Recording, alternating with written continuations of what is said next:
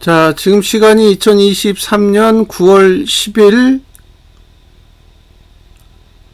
일요일 오후 11시 13분입니다. 포스코 홀딩스. 자, 이게 분기봉이에요. 네, 이게 분기봉인데, 이건 뭐, 지금 여기가 이격불변이잖아요? 예, 이건 매수의 영역을 이미 벗어났다라고 봅니다. 이건 매수의 영역을 벗어난 거다. 인간적으로, 벗어났어요. 그러니까 저는 이걸 매수하면 안 된다고 생각해요. 이거 외국인이 엄청 매도하고 있잖아요. 공매도도 하고 있고, 매도도 하고 있고, 여러 가지를 하고 있는데, 매도할 수밖에 없겠다는 생각이 드는 거예요. 자, 보세요. 기본적으로, 이게 볼벤 20 상단선이고, 이게 이격 볼벤 20 상단선이에요. 그러면 적어도, 이렇게 되면 여길 찍어야 되는 거고요. 이렇게 되면 여길 찍어야 되는 거예요. 자, 1번, 2번이에요. 상승하려면. 그러니까 이 상태에서 상승한다 그러면 여길 찍고 올라가야 되는 거고, 이런 구조에서는 여길 찍고 올라가야 되는 거예요. 이해되셨죠? 이게 최대예요, 최대. 가장 비싸게 사는 거예요. 이게 싸게 사는 게 아니에요. 가장 비싸게 살 때 이렇게 사야 된다는 거죠. 그럼 지금 구조에서 보세요. 여기가 볼벤 20이고 여기가 이격 볼벤 20이에요.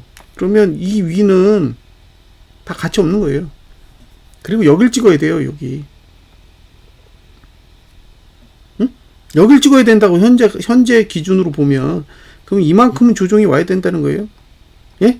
다음 분기에 이만큼은 조정 와야 된다고. 그러니까 지금 매수 가치 있어요? 없지. 근데 지금 언론에서는 계속 어떻게 해요? 뭐 이거 엄청 좋은 종목이고 뭐 배터리가 대세고 맨날 그러면서 개인이 매수하게끔 계속 유도하고 있잖아요. 예. 근데 어쨌든 차트로 봤을 때는 가격적인 메리트는 없는 거예요. 그러니까 이게 지금 가치가 좋아서 올라갈 수 있다. 뭐 그럴 수 있죠. 예? 뭐 외국인과 기관이 막 미친 듯이 매수해가지고 올라갈 수 있다. 그것까지는 가능하다고요. 근데 그렇게 올라가는 거하고 매수하는 건 전혀 다른 개념이라는 거죠. 그러니까 지금 만약에 매수한다 그러면 51만 6천 원, 51만 6천 원 위는 전혀 가치가 없는 그런 상황이라고 볼 수 있습니다. 자, 51만 2천 원, 51만 2천 원은 월봉상 7월, 8월, 9월 현재 저가보다도 낮아요. 그러니까 지금은 아예 가치가 없는 거죠. 매수 가치가 0이라고요. 0.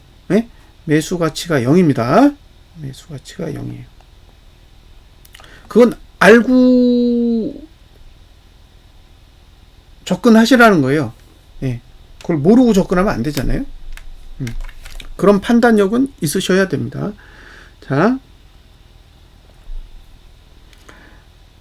아까 설명드렸죠? 볼벤, 이격 볼벤이면, 이 구조면 여기가 가장 비싸게 사는 거라 그랬잖아요. 그러니까 이게 이격 볼벤이고 이게 볼벤이잖아요. 그러니까 여기 찍었잖아. 보이시죠? 그게 여기잖아요. 자, 여기도 여기가 이격 볼벤이고 여기가 볼벤이잖아요. 그러니까 여기를 찍어야 된다고. 이 구조를 이해하면 왜 조종하는지 알 수 있잖아요. 이거 보고 이 구조를 보면 이게 설명이 되잖아요. 근데 문제는 뭐예요? 문제는 여기가 과열이에요. 여길 넘어가면 과열이라고. 그러니까 이 위는 가치가 없어요. 그러면 올라갈 수 있는 게 여기에요. 그도 저가를 안 깨는 범위 하에서. 저가 깨지면 나가래요. 저가를 깨면 나가리라고. 그러니까 지금 상태에서 만약에 매수를 하겠다 그럼 볼린저 밴드 20에서 전봉 저가 사이. 거기가 이제 매수자가 노려볼 만한 영역이고, 그 나머지 영역은 가치가 없다는 거죠. 그러니까 여기서 여기까지. 여기가 이제 매수자 영역이고, 여기를 깨면 어떻게 되겠어요? 이격을 해소하러 가는 거죠. 왜? 지금은 분기봉이 과열 상태이기 때문에 월봉의 저가가 무너지면 같이 무너질 가능성이 높아요. 단 목표가는 이 정도라는 거예요. 이 위는 아직은 모르겠다. 자, 그러면 제가 해드릴 수 있는 설명은 다 된 겁니다. 자, 매수가 가능한 최대가는 56만 6,400원이에요. 56만 6,400원. 그보다 낮아야 된다는 거죠. 56만 6,400원. 깨지면 안 되는 가격은 52만 5천원입니다. 여기 깨지면은 봉이 아주 안 좋아져요. 그리고 61만 2천원 정도까지 노려볼 수 있는 거예요. 61만 2천원. 그 위는 완전 보너스 영역이다. 예. 자, 월봉 다 설명 다 드렸죠. 주봉은 어떻게 끝났어요? 주봉은 이렇게 끝나서 방향성이 없습니다. 이건 위로 가도 되고 아래로 가도 돼요. 예? 이건 위로 가도 되고 아래로 가도 되고 자유로운 거예요. 일봉은 일봉은 위를 닫았어요. 예. 아래는 덜 맞고. 그러니까 일봉은 보기에는 상방 같지만 상방의 형태라고 보기에는 좀 그렇고요. 주봉은 방향성이 없어요.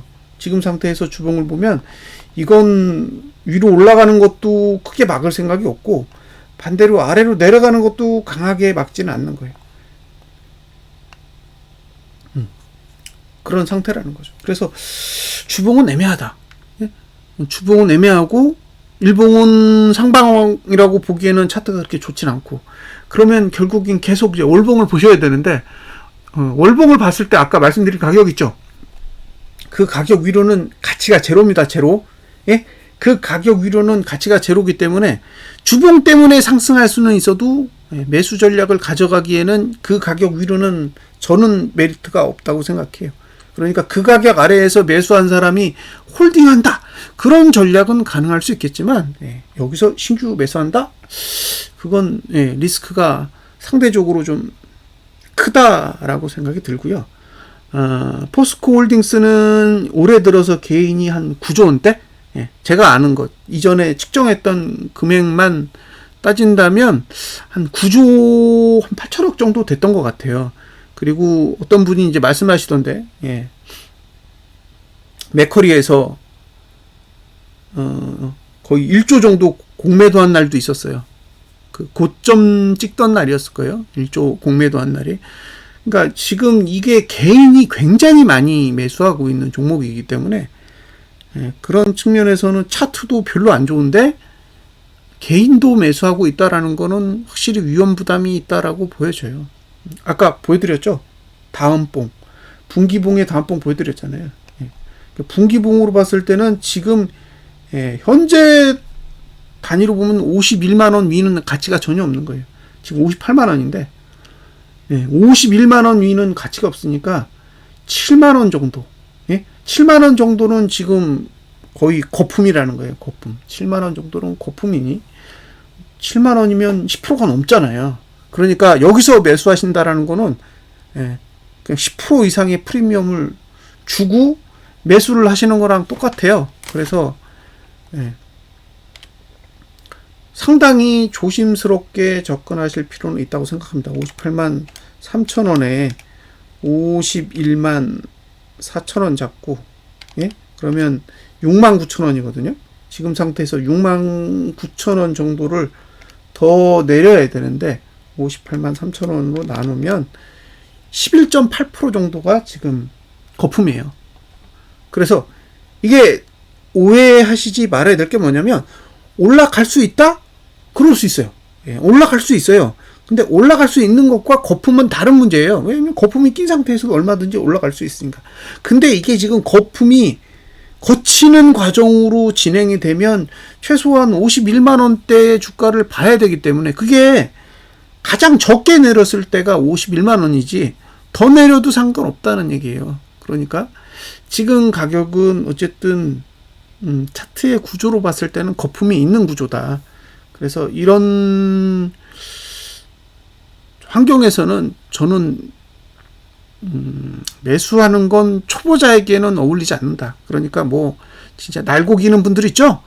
딱 흐름 딱 보고 치고 빠지고 이런 거 잘하시는 분들이야 뭐 알아서 거래를 해서 수익을 취하시겠지만, 예, 초보자분들이 지금 이 시점에서 달려들어서 뭔가를 노리기에는 위험 부담이 상당히 큰 위치라고 저는 생각이 들어요. 그래서 말리고 싶어요. 이 종목은 정말 말리고 싶은 종목입니다. 지금 개인이 배터리 쪽에 돈이 계속 들어와요. 뭐 LG화학, 포스코 퓨처엠, LG 에너지 솔루션, 예, 그다음에 포스코 홀딩스, 삼성 SDI 막 닥치는 대로 돈이 들어오고 있거든요. 그러니까 이게 단순하게 포스코 홀딩스만의 문제는 아니라는 거예요. 그러니까 배터리 쪽에 거의 개인이 몰빵을 하고 있는 상태이기 때문에 저는 개인적으로 그런 부분이 상당히 우려스럽다라고 일단 판단이 돼요. 그래서 이런 동영상을 통해서라도 위험스러운 가격이다. 그러니까 이 종목이 나쁘다. 또는 이 종목은 무조건 하락할 거다. 라고 접근하는 게 아니라 이 종목은 매수할 수 있는 사람들에게 적합한 가격을 이미 넘어선 거죠. 네? 그러니까 매수자에게 적합한 가격을 넘어섰기 때문에, 예, 이제 기본적으로 이제 차트를 보는 사람의 입장에서는 이걸 권유할 수는 없는 거죠. 그러니까 이게 가치가 정말 대단해. 막 실적이 뭐 내년에는 뭐 몇 배가 뛰고 그 후년은 몇 배가 뛰어서 목표가가 지금 뭐 58만 원인데 목표가는 한 200만 원, 300만 원까지 갈 수 있다라고 이야기할 수도 있어요.